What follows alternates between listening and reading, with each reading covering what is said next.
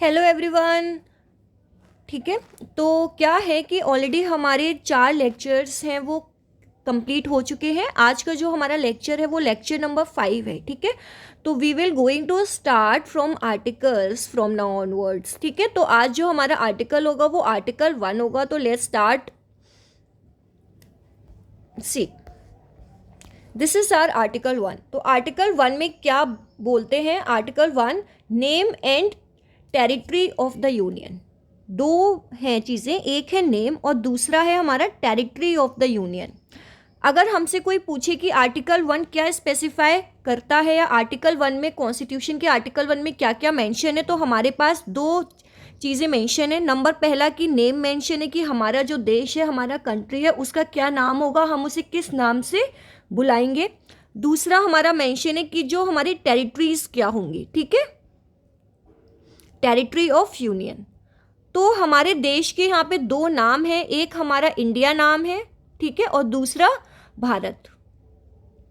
इसका जो पॉइंट 1 है वो देखो, उसमें बोला गया है कि इंडिया दैट इज, ठीक है, Bharat shall be the union of states. Union of states का मतलब क्या है कि राज्यों का संघ होगा। हिंदी में क्या बोलते हैं? राज्यों का संघ।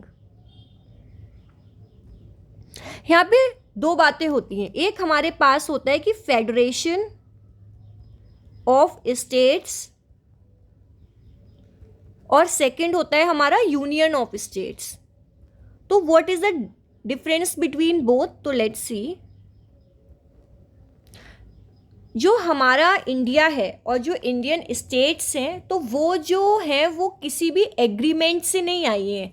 Indian states does not result from the agreement like an American federation. तो इसीलिए हम इसको यूनियन ऑफ स्टेट्स बोलते हैं, कि राज्यों का संघ बोलते हैं। अगर हमारे स्टेट्स के बीच में कोई एग्रीमेंट होता कि हाँ ठीक है, हम इतने साल तक आपका जो इंडिया है या जो आपका नेशन है उसका भाग होंगे और उसके बाद हम अलग हो जाएंगे, तो वो एक फेडरेशन का हिस्सा होता। लेकिन जो हमारा इंडिया है वो अलग नहीं है, जो स्टेट्स हैं वो अलग नहीं है। States are the parts of whole India, यानी whole India is divided into different state just for the purpose of administration, nothing else. तो इसीलिए हम लोगों ने यूनियन ऑफ स्टेट्स को अपनाया है। ठीक है, जो हमारा टर्म है वो यूनियन ऑफ स्टेट्स है।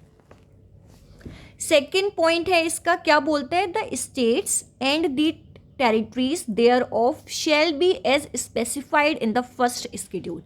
फर्स्ट स्केड्यूल जो हमारा है उसमें जो भी स्टेट्स और उनकी टेरिटरीज यानी जो उनका क्षेत्र, ठीक है, यानी उनकी जो बाउंड्रीज स्पेसिफाई की गई हैं वही हमारे स्टेट्स की बाउंड्रीज या क्षेत्र होगा। ठीक है, थर्ड पॉइंट क्या है हमारा? The territory of India shall compromise. जो इंडिया का पूरा क्षेत्र है, जो इंडिया का पूरा एरिया है, उसमें क्या क्या आएगा वो देखो। क्या क्या आएगा? The territories of the states. जो स्टेट का क्षेत्र है, जो स्टेट्स की एरिया है, जो स्टेट की जो बाउंड्रीज हैं वो आएंगी सारी। ठीक है, ऑल एरिया। सेकंड क्या पॉइंट है हमारा? The union territories specified in the first schedule. First schedule में जो भी यूनियन टेरिटरीज स्पेसिफाइड है वो आएंगी। ठीक है, और थर्ड पॉइंट क्या है? Such other territories as may be acquired by India. By India भी लिख लो। ठीक है, जो भी फॉरेन टेरिटरीज हैं, जो भी इंडिया के द्वारा एक्वायर्ड की गई हैं, वो भी हमारी टेरिटरी ऑफ इंडिया का भाग होंगी। अब जो इंडिया है, तो इंडिया हमारा एक सोवराइन स्टेट है। ठीक है, तो इसका मतलब क्या हुआ कि India can acquire the foreign territories according to the law made by, मतलब according to the international laws. ठीक है, तो कौन कौन सी ऐसी टेरिटरीज हैं जो कि इंडिया ने एक्वायर की हुई हैं? फॉर एग्जांपल जैसे गोवा हो गया आपका, ठीक है, दमन एंड दीव हो गया आपका, पुडुचेरी हो गया आपका, ठीक है, सिक्किम हो गया आपका, जो इंडिया ने एक्वायर किया हुआ है। और सिक्किम को इंडिया ने कब एक्वायर किया था? 1976 में as a 22nd state. Okay, तो इंडिया आपका जो फॉरेन टेरिटरीज है उसको भी एक्वायर कर सकता है। अब इसमें हमने दो चीज़ें मेंशन की हैं, दो टर्म्स मेंशन किए हैं। ठीक है, वो देखते हैं। तो पहला टर्म हमारा है कि territory of India, territory of India, ठीक है। और दूसरा टर्म हमारे पास है union of India, union of India. इसका क्या मतलब हुआ? देखो, टेरिटरी ऑफ इंडिया यानी टेरिटरी को हमने क्या बोला था, हिंदी में क्या बोलते हैं, क्षेत्र बोलते हैं।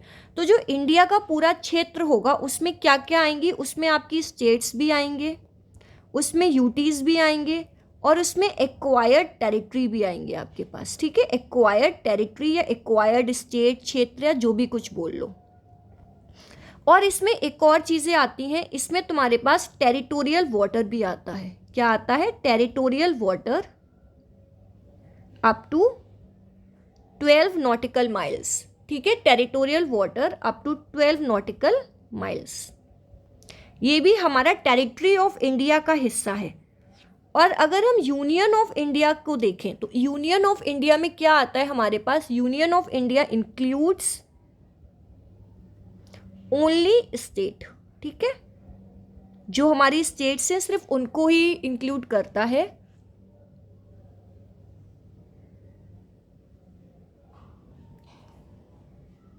तो ये था हमारा आर्टिकल 1 जो कि आप लोगों को अच्छे से समझ में आ गया होगा। It mentions the two things, number 1 the name of the country that is India और एंड भारत, ठीक है। And the second one is the territory of the union, की जो हमारा संघ है उसमें क्या क्या उसके क्षेत्र होंगे, ये चीज़ हमें मेंशन होता है, ठीक है।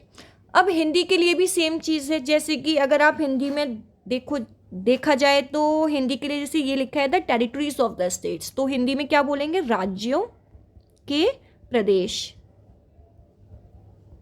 ठीक है। The union territories specified in the first schedule, इसका मतलब क्या हुआ, केंद्र शासित प्रदेश, ठीक है। सी वाला पॉइंट क्या है, द टेरिटरीज एक्वायर्ड, तो इसमें लिखो ऐसा कोई क्षेत्र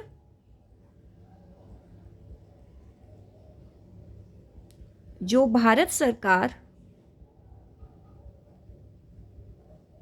द्वारा अधिकृत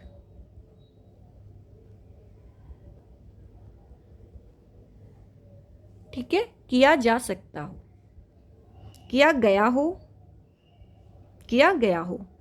ठीक है। इतना आ गया समझ में?